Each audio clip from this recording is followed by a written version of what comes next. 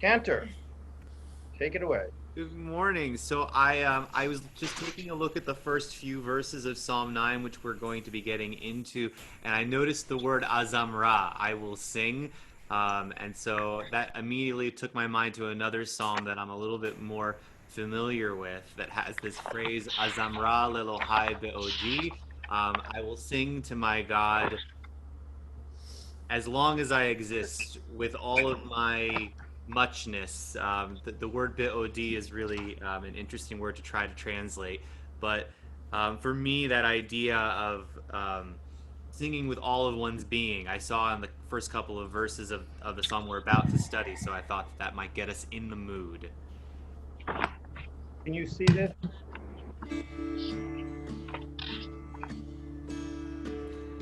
Azamra lelohai be'odi.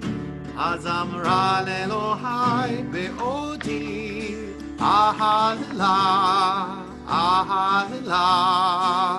Azamra lelohai be'odi. Azamra lelohai be'odi. Azamra lelohai be'odi. Ahalila, ahalila. Azamra lelohai be'odi. Hallelujah, hallelujah. Hallelujah. Hallelujah. Hallelujah.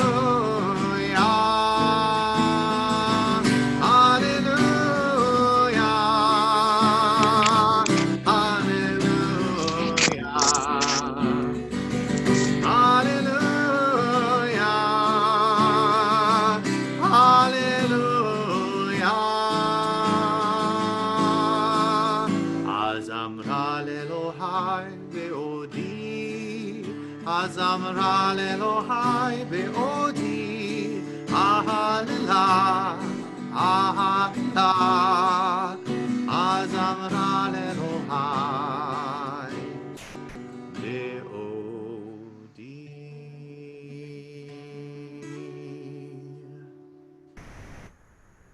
Thank you so much for that. That is beautiful. And Benji Schiller is a wonderful cantor and composer, and she's on the faculty with Joyce at HUC. She's been to CBST a couple of times and sung once or twice, I think even.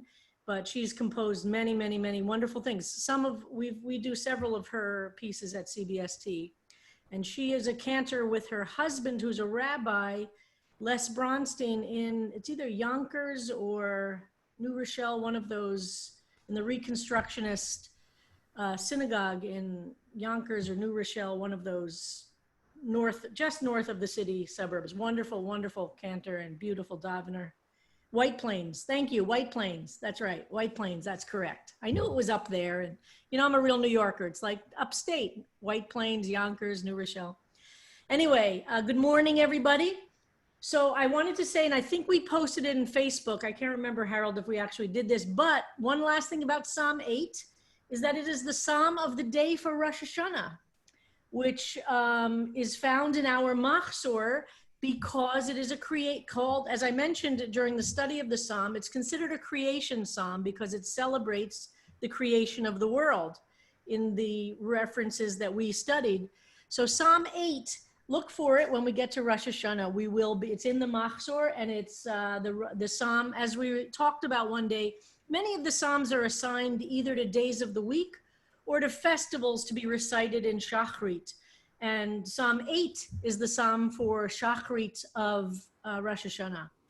And by the way, in Elul, I'll be teaching with Rabbi Rapport once a week about our new Machzor that CBST will be using with the liturgy. We'll be studying liturgy, but I'll one night a week from 6 to 7, I think it'll be Tuesday nights, I can't remember, for the month of Elul.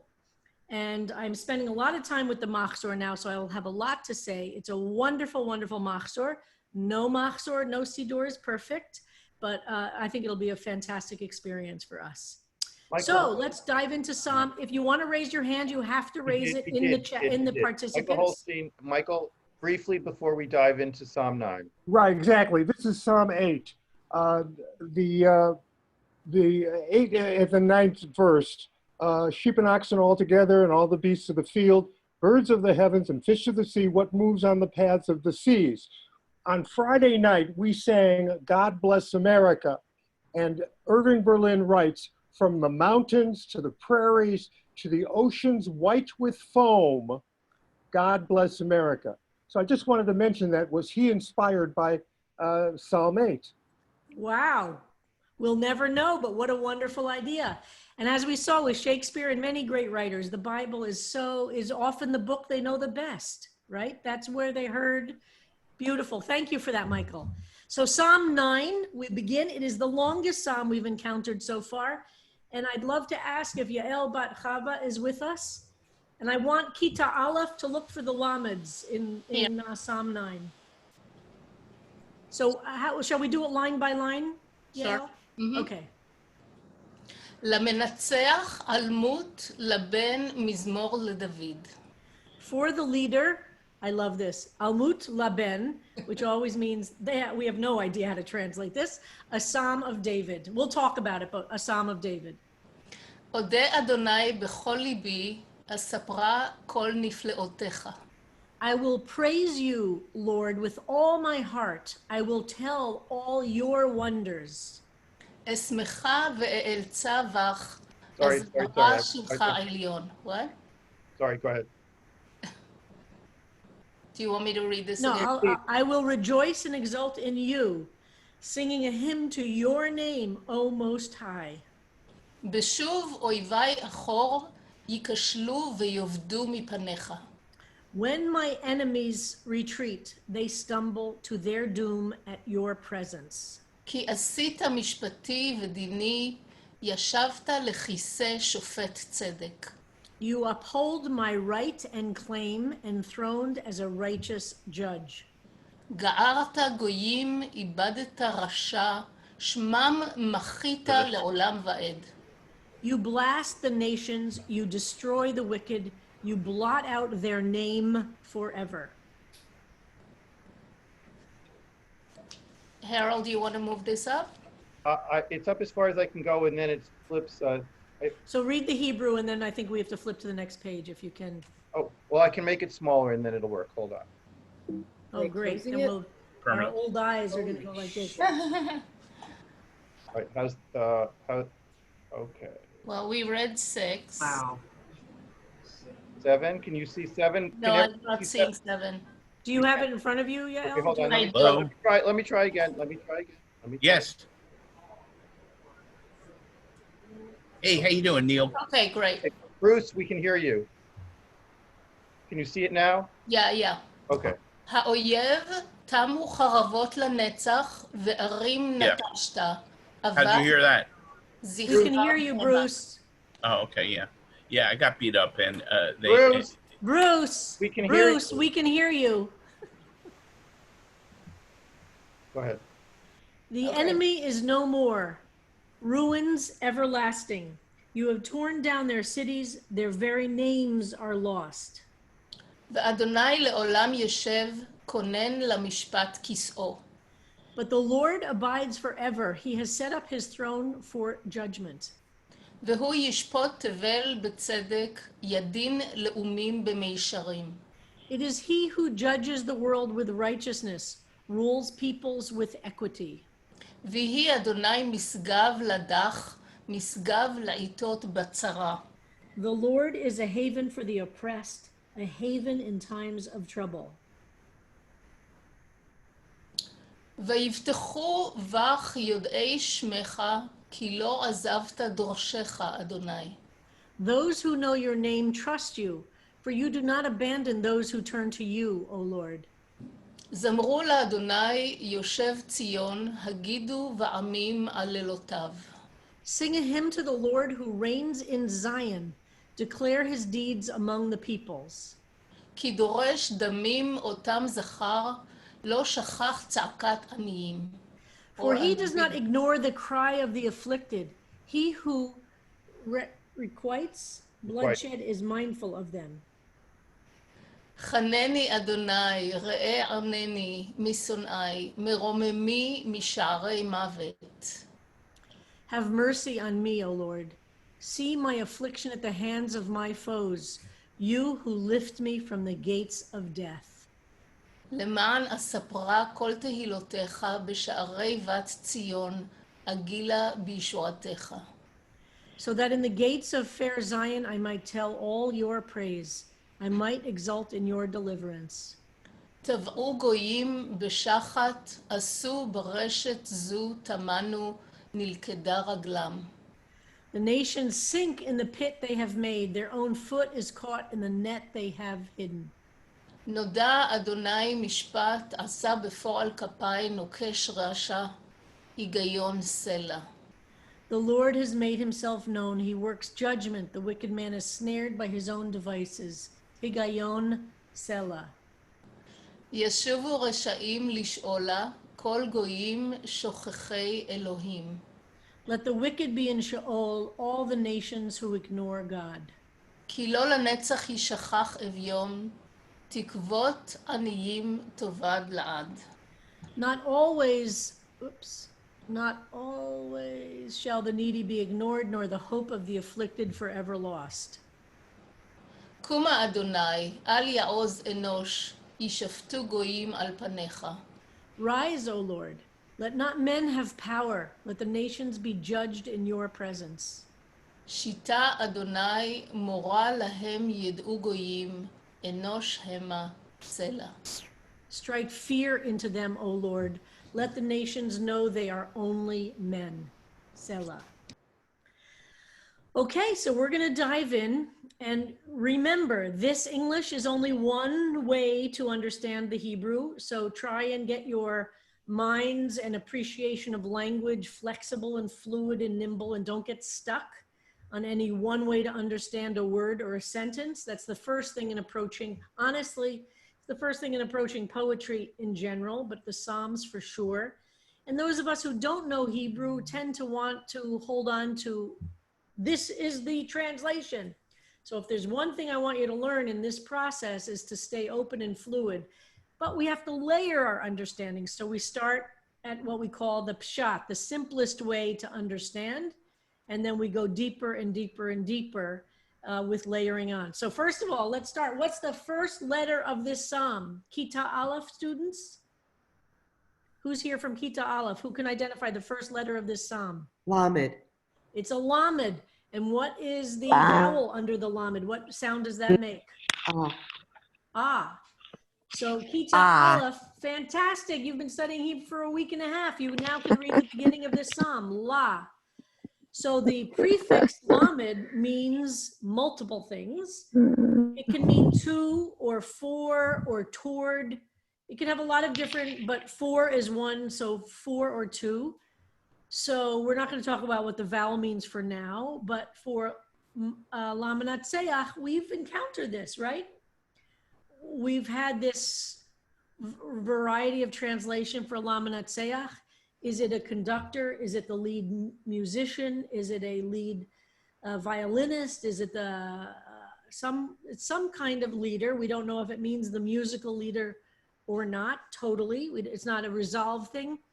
As we've seen, many translations understand Lamanatseach to mean to, as instruction of some kind to some kind of musical leader. Now we come to Almut Laben. Nobody knows what this means. There are lots of different, and this is always the good trick is when nobody can even make a guess, they leave it in the transliteration. I would not even know how to guess what this means. It is a weird Hebrew. So if we were to try and figure it out, there are different people who try and understand. Laben is actually the name of a character in the Bible. So some people have said, are they referring to this particular character who was a king? And David defeated the king. So maybe it was actually a king. This is referring to a king in David's time. And it's not like the other Psalms seem to indicate some kind of musical instrument. Maybe this is not about a musical instrument, but it's about something. And maybe this is referring to Laben, the king. Nobody really knows. That is why it's in transliteration, but we'll see some interesting different attempts to understanding it. So Mizmor, we have encountered this over and over again. It has the same shoresh, the same root that Cantor Nimi referred to as Azamra. I will sing. So there's a root of this, the shoresh of Mizmor is a mem in the beginning of a word is almost never part of the root. Almost never. There are, of course, exceptions. Everybody knows whenever I say something never happens, it means it almost never happens. So we immediately take the mem away from Mizmor because a mem in the beginning of a word, rarely the root. The O is a vowel, which as I indicated is a weak letter in the Hebrew alphabet. So Zayin Mem Resh is the shoresh. And as we've talked about, so that is the shoresh, Zayin Mem Resh, absolutely has to do with song, singing, some relationship to that. So like we've talked about Zamir Chorale. I think Ira posted a beautiful virtual choir of the Zamir Chorale of Boston singing Lewandowski's Psalm 150. It's called Zamir Chorale, using this exact same shoresh, because it's the Zamir Chorale is kind of like saying chorale, chorale.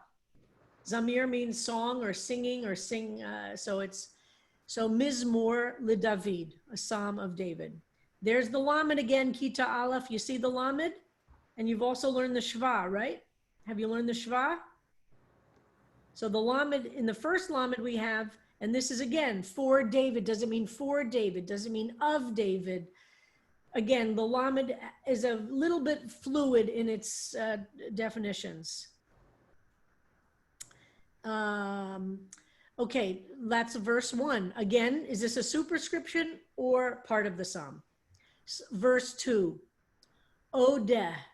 Where have we come across the shoresh for Odeh or the meaning of Odeh in any other place? What would you see as the shoresh here? This is a little complicated, but Odeh is from the same shoresh as, for instance, Modim Anachnu Lach, Hoda'ah, the word for gratitude or thanks. So here, what's interesting, this is Odeh, I will praise you, Yud He Vav He. So we've encountered the first encounter with the big name of God, Yud He Vav He, Bechol Libi, Bechol Libi. In this case, the Lamed in Libi is part of the shoresh, and it means heart. Liba, which is my daughter's name, is the Yiddish word from this Hebrew word. Well, actually, it might be even from the German, the Yiddish. But Lev is heart. Liba is love or heart in German and in Yiddish. And in Hebrew, there are a bunch of different ways to use Lev. And I think, does Lev have a emotional context in modern Hebrew? Like, does it mean something the way that, or in biblical Hebrew? I'll have to check that out. But B'chol Libi, with all my heart. This is in the singular, B'chol Libi, all my heart. Asapra kol niflotecha. Asapra, now this shoresh is very interesting. Samech pei resh. So it means two very different things. So modern Hebrew speakers, what are the different words that are from Sayim pei resh? ספר, סיפור, מספרה. So what do all those things mean? Well, sefer is a book. Sipur is a story. Right. So those words are clearly from Asapra, I will tell, like a book, a sefer. And in Yiddish, by the way, when you use the Hebrew word sefer, it only means a religious book. And in Yiddish, buch, the Germanic Yiddish buch means any kind of book. But in modern Hebrew, a sefer, for religious Jews, when they talk about Sfarim, and they pronounce it that way, it means religious books only. And how about cutting hair, Yael? That's How right. do you say cutting hair in Hebrew? לספר. You, just like as when you say to tell a story, you I know. also. So isn't it yeah. interesting? So I've had this long conversation once with somebody about why is cutting hair the same shoresh as telling a story. Maybe it's a very ancient thing that people who cut hair like to talk. I don't know, but it's a very interesting that this exact same verb to tell a story is to cut hair. Go figure. Yeah. Call niflotecha. Rabbi, we have one thing in chat I will point out that someone says the name of the CBST Friday Evening Siddur is? Ah, Olavavcha. excellent, right? B'chol levavcha, with Randy all of your Starkov heart, gets the point for that. which is somebody gets major points for Randy, that, which Randy is a Starkov. quote from the paragraph that follows the Shema, the V'ahavta, which says we should love God b'chol levavcha uv'chol nafshecha uv'chol meodecha, with all. So and call niflotecha. Niflaot are wonders, glory, wonders. Niflaot is used in various places.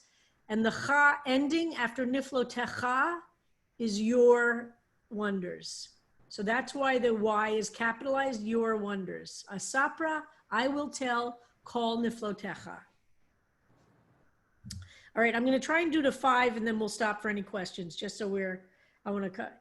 Esmecha ve'elza vach, azamra shimcha elyon. All of this now is in the singular. And that's one thing to always notice and to ask that question when studying a psalm. Is it in a singular voice of the psalmist, of the speaker? Is it in a plural? So, and that tends to have a different feel to it, which we are starting to see in a few of these psalms. Esmecha, I will, this is Samea. So the aleph here is because it's in the future tense or the imperfect. Esmecha, the shoresh here is sin, mem, chet. A hey at the end of the word is never, almost never a part of the shoresh. Sameach is also in the name of our congregation. Beit Simchat Torah, or a simcha, like a party or a celebration or a great life cycle event. All these are from the same shoresh. So this is what I meant, that Hebrew is a very verbal language, as opposed to how linguists identify English as a nominal language. Nominal means English has its power in nouns. Hebrew has its power in verbs. You can take almost any shoresh and turn it into almost any verb. It's extremely flexible that way. So that's why knowing the shoresh is so useful, and it's very helpful. Esmecha. Now, remember I said in biblical writing, the standard is to start with a verb. And these are very traditional biblical Hebrew sentences. Esmecha, I will be happy or rejoice. And I will exult, vach, in you. And notice there's the etnachta, or the etnach, azamra shimcha elyon. So there we have that shoresh that's in the first sentence of Mizmor, and what Cantor Nimi did the Gezerah Shava to another psalm where azamra existed. I will sing your name, elyon, high. We'll figure out how to translate that. And again, notice this, I will sing your name, and watch the use, this asking you in Psalm 8 to focus a little bit on the use of name will be very important for looking at how name is used in Psalm 9. And it will actually help us understand the use of name. But here we go. I will sing of your name, Elyon, El on high, or high up. This Elyon, by the way, the same shoresh as, for instance, getting an aliyah to the Torah, or making aliyah to Israel, going up. It has a sense of ascendancy or height. Beshuv oivai achor. Sorry. It's okay. Okay, got it. Remember, we see typically 2 different ways to refer to enemies. External or internal. One is oivai, oyev. Oyev is an enemy or a foe. And there are 2, 3, or 4 different ways to talk about enemies or bad people. Oyev is one of the standard ones, and we'll see that throughout the Psalms, and we've already seen Oyev. But this is my personal psalm. So this is, again, this has not gone into any plural. This is all very singular. In other words, it's in the voice of the psalmist. When, or in the retreat or the going back of my enemies, achor is to go back. There's the etnach, comma, yikalshlu v'yovdu mipanecha. They will stumble and they will, to their doom, mipanecha, in your face or in front of you or in your presence. Ki asita mishpati, again, all of this is singular. This is a very individual relationship to the powerful one. For you upholder, asita is from ayin sin yud or ayin sin hey. There's a lot of debate about that third letter of that shoresh. Because you make mishpati, you make so mishpati is the word mishpat, which is the same shoresh as in the next part of the sentence for judge. It's justice or judgment or law. Beit HaMishpat in modern Hebrew means court. So mishpati v'dini, you uphold, you make my judgment or my laws or my claim. Yashavta l'chiseh shofet tzedek. So chiseh is a kiseh, a chair. Shofet, you see shin, fe, tet, the same shoresh as mishpat. Remember, Hebrew loves to repeat the shoresh in different forms as part of the biblical poetry. Shofet tzedek, and again, tzedek is another word for dini or another emphasis of it. So over repeatedly, it says, you make my place. You make mishpati v'dini, yashavta l'chiseh, and you are sitting as in a seat of a righteous judge. Shofet tzedek. Tzedek here is the adjective for shofet. So it's to emphasize, not just are you a judge, not just are you in a position to judge everything I do, but I understand that you're a shofet tzedek. You're righteous, you're good, you're just. You are not going to be corrupted by anything, and you will be tzedek. You will be correct and just. Feels like a little bit like a reminder. God, really be just. Okay, I deserve to be judged, but let's do it with justice. All right, let's just stop there for a second. Let's just do it 5 psukim at a time and ask if there are any questions or comments for these 5. If I could lead off, Rabbi. Yes. I brought out my altar and then my Septuagint and then my Vulgate. And altar has wonderful notes on this. Everybody who has altar should take a look. He actually has notes that tie 9 and 10 together with some textual issues. Yeah, Harold, we'll get there. What I want to do is to kind of I'd like to do just a clean overview. I don't know how, I don't want to, and we will go to altar. We will go to those. I don't know if you want to. So it was just about the superscription. I can say what I found or not. You can go back to the class if you prefer. Yeah, okay, you could say it, but in general, what I want to do is try and do an overview of the whole psalm, and then we'll start getting deeper. But go ahead, say it about the superscription. He just says that if you reverse the order of the letters in Laben, you get novel, and it might be that might have been just a scriptural error for the real instrument. And then the superscription, where we're trying to figure it out, the Greek thinks that Almuth Laben means concerning the secrets of the sun.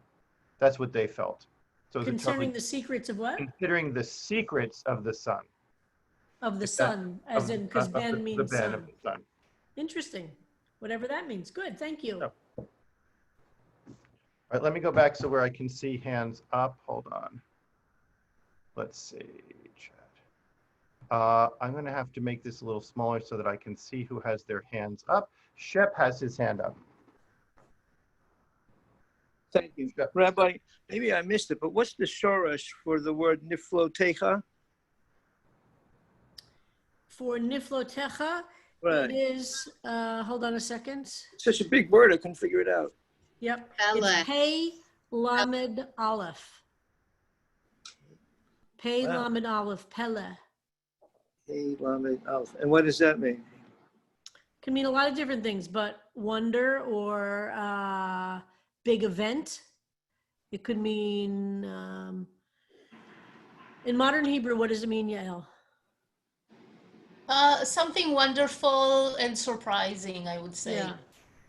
You say, sometimes you say nifla, like you'll say nifla, you can use it, which means like Marvelous. marvelous, Fabulous. fabulous. Yeah, kind of it's a, I don't know if it's still said, but when I was in the 80s, it was used.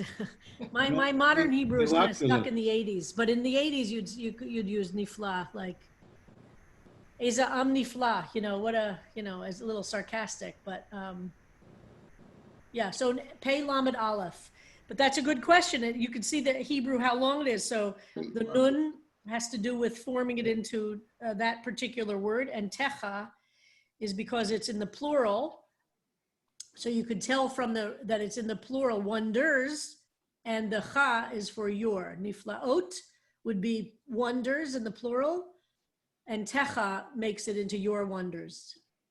But pele is the, and we see, we might see it exists more in the Psalms, and it's a very big, it's a word throughout the Bible. And actually, isn't it in Al Hanisim? Al Hanisim, V'al Haniflaot, right? In Al Hanisim for all of the Al Hanisim, V'al Hachuot, V'al Haniflaot. So wonders, yep. And then when the story of the Exodus, there's always otot and niflaot. Right, exactly. God's signs and wonders. Ben Shafran. Just going back to Sheps, it also means miracles. Right. Absolutely. I'm just wondering, Rabbi, can you comment on the inner or spiritual structure of these first few phrases, where it almost sounds like a bargain? If you do this for me, then I'll sing your praises. Seems a little bit mundane, unholy. Well, I think human beings are mundane. I do think human beings are mundane, trying to aspire to holiness. I think it's, if we go back to the beginning, I think it's, I mean, I get what you're saying. I would argue that it's part of our job is to acknowledge that and this can feel very hard at different moments in our personal lives as well as in our communal or political lives, that there's justice in the world, and sometimes we have to repeat it even if we don't feel it. And part of the psalm is saying, the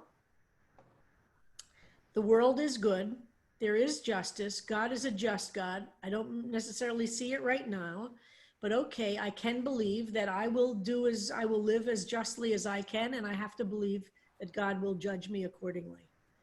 But let's come back to that when we finish the whole psalm, because you'll see more of that in more. Robin Baslow. Both, I think, comforting and provocative ways, but it's a good question. Thank you. Robin. So I see this as kind of an introduction to what I see as the theme of this one, and it's about the permanent impermanence of our enemies, be them outside or within, that they'll keep coming up, but with belief they will be defeated. And then we kind of forget, and then it's up again. It's kind of like emotions like that. And then, yeah, it's temporary. So it's not so much of a bargain as just a continuous reminder of the impermanence of it, is what I understood it to be. I love that. Thank you. Sarah Siegel. Back to Niflaot. What about lipol, which is to fall, or not fall? He fell. No, tell me, Ayel. I see you shaking your head. Totally different root. Different shoresh. Totally different shoresh. Totally different word. I mean, you're confused because there's a nun here, but the nun here, the nun in nafal is part of the word, but here the nun here is just forming it into a noun. Got it. The shoresh is actually pei lamed aleph. So the nun here is about the form of the word, not the shoresh. Got it. Thank you. And then that they sound alike means that a poet or a writer might contrast them or use them together, but they're not the same word. Okay. And I like what I've been seeing in the chat and Robin's comment just now. I know you want to get through the whole thing. So I just I do Okay. remember you, I remember you announcing though ahead of this one's a real, you didn't say roller coaster, but it felt sort of like it's bipolar or something, you know, like it's whipsaws you back and forth. And I was trying to explain to a friend, and I wonder if I characterized it correctly. Please correct me. I said, you know, a typical psalm is either first, God, I will praise you, and then don't forsake me, or flipped, first, God, please stop forsaking me, and I will praise you. But this one just keeps going back and forth and back and forth. Is that a proper characterization? Sort of. You'll see. Let's stay with it, and Okay. you'll see that. I think I can't remember who just said this. Maybe it was Robin.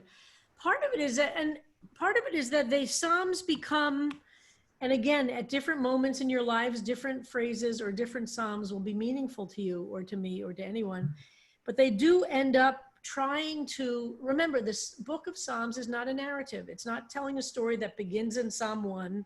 There's an arc to the character development and plot and then ends in Psalm 150. This is a collection of poems, of prayers, which are all getting at a core of human experience. Some of the Psalms will be super different than any of these that we've had, but they're all trying to get at the core of the human condition. And because we are limited to language, they'll keep trying in different ways to get to some of the same thing, which is, I think, as you've summed it up, some of it is, we are small in the world, but we get power in the world by being connected to something bigger. We are all imperfect. We are all flawed, and we are loved for who we are, and the power that has created us wants us to be better. Those are some of the basic themes, and also that we don't have to be defeated by the enemies in our world, external or internal. That is our choice, and it's not always defined, and it's rarely, in fact, defined by external or visible signs of success or failure. We have to learn to develop the muscles that understand success and failure to be very, very different than just external realities. And these are internal muscles that have to get developed. Rabbi, Harriet Beckman is asking Yes. for the root of elsa. It'd be ayin lamed sadi. So for instance, in that case, the v is not part of the shoresh because it's a conjunctive word. Sometimes, and in modern Hebrew, it pretty much just means and, A-N-D, but in biblical Hebrew, it has a very big meaning.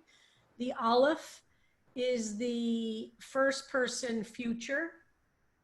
But as I said, in biblical Hebrew, it's not just future tense, it's also something we call imperfect. But so the ayin lamed sadi is the shoresh. Ayin lamed sadi. But that's a great question. And that's why you have to, it takes practice. And I'm telling you, even somebody who is really fluent, and you can get to points where it's really hard to figure out a shoresh. But that's it. You'll start to develop seeing which are the obvious prefixes, which are the obvious suffixes. But even then, it's complicated because, as I told you, some letters in the Hebrew alphabet are called weak letters, and they either disappear or change, which is really annoying. Because you have to know that that you see a nun, and the nun isn't actually part of the shoresh, and it's because there was a weak hey, and the hey turned to a nun, but the original shoresh is not a nun. Even though a nun is a strong letter, it sometimes replaces a weak letter. So hang in there. Don't be defeated by this. Lisa Brown.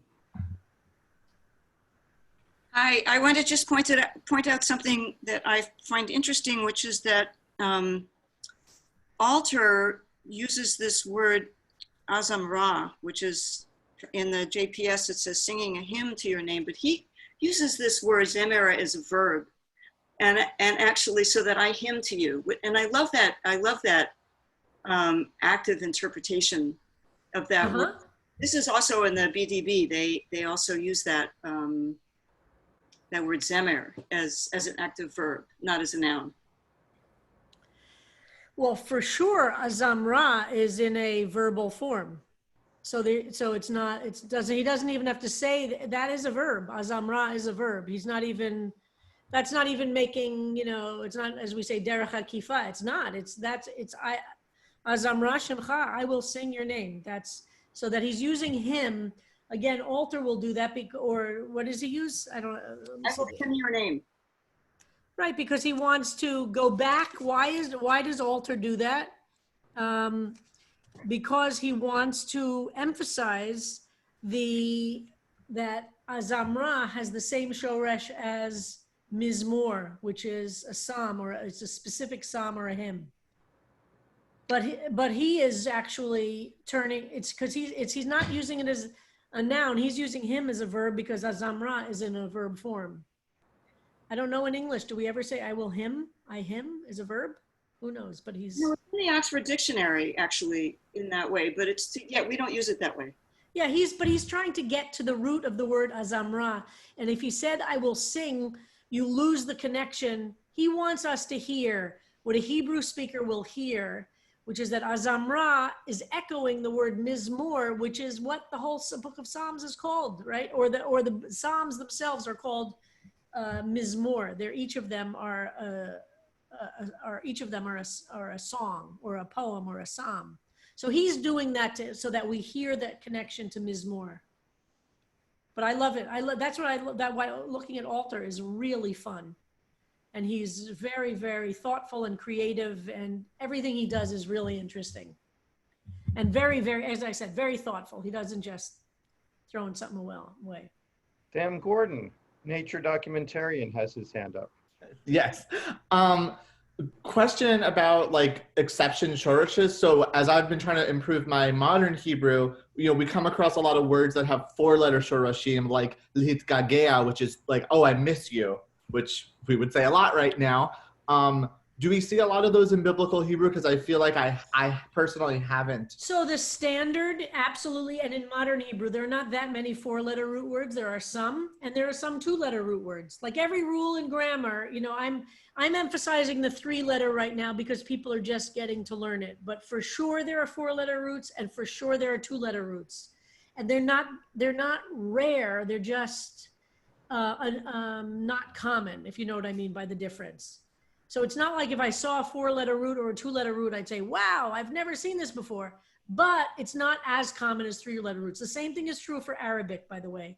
3-letter roots is absolutely the more common standard, but there are 2 and there are 4. There are not a ton in Hebrew, but yes, mitgagea is an obviously one, and to miss somebody. And a lot of the, now I can never say this word, onomatopoeia. Is that the word? How to say it? Onomatopoeia. Thank you. The word that Harold just said, a lot of the words in Hebrew, which are 4-letter roots, are say it again, Harold. It's onomata, which is the Greek word for the plural of name. It's named in peia, which means to create. So you create the name from the sound. Onomatopoeia. Onomatopoeia. So like, what's the word in Hebrew? I can't think of it now, for like gurgling brook, like for the bubbling, isn't it like, is it bakbuk or something? No, that's bottle. Well, bakbuk is bottle, but right, that no. is onomatopoeia. Yeah. So bakbuk, that's another one that people think it's because of the sound of the water. Anyway, there are a bunch of 4-letter roots in Hebrew, absolutely. So there are some in biblical Hebrew, not as many as 3. We are at time. I will just say, Rabbi, in chat, someone said, I love this class. Someone said, me too. Then someone said, me 3. Someone said, me 4. Someone said 5. Then I got a 6, 7, and 8. And then Leslie Bernstein from the trip says, do we need to remember our numbers for next time? Like we called ourselves off on the bus. All right. What a wonderful, so great to see everybody using the Hebrew that they're learning after only 2 lessons here. Keep looking for those lameds, Kita Aleph. Wow. All right, let me get back up. Why don't you start singing us out, Cantor, and I will get back up your text. Harold, do we want to say what our plan is for the summer? Or should we? I'll say it real quick, no conversation, and then it'll go out in one of Harold's beautiful emails that sums up everything. We are going to do 2 weeks of Rabbi Rapport teaching Psalms going forward. Also, we'll continue doing a lot of grammar, which we're going to start doing more of. And then we're taking a 2-week break. And for those of you who want to study Psalms together or individually, we'll create time and space to think of that, but there will not be a general Zoom class for the second 2 weeks. That's the summary. Thank you for your input. We considered it carefully, and that's what I think will resolve most of our needs for the summer. Not perfect for every single person, but the Psalms will continue, and I'll give you homework for the 2 weeks we're on break for those who want it as well. And there will be an email with more Yes. details coming out. Thank you, Rabbi. So here we go, Cantor Nimi. There we go. Okay. No, that's not. Sorry for one. I just got lost my music for a second here. I'll get it in a second. 2 seconds. There we go.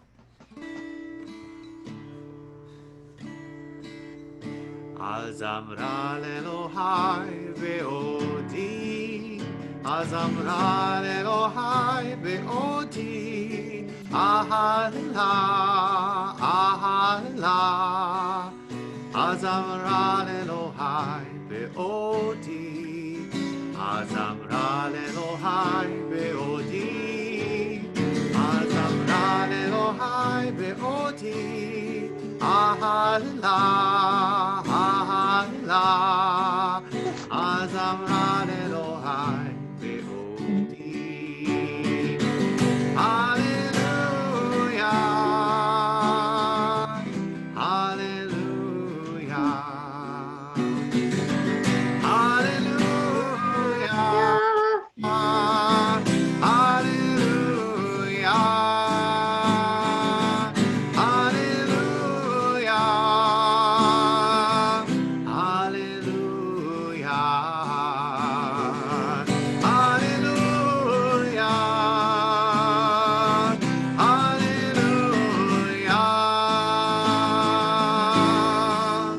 Azamra Elohai be'odi, Azamra Elohai be'odi, Ahala, Ahala, Azamra Elohai be'odi.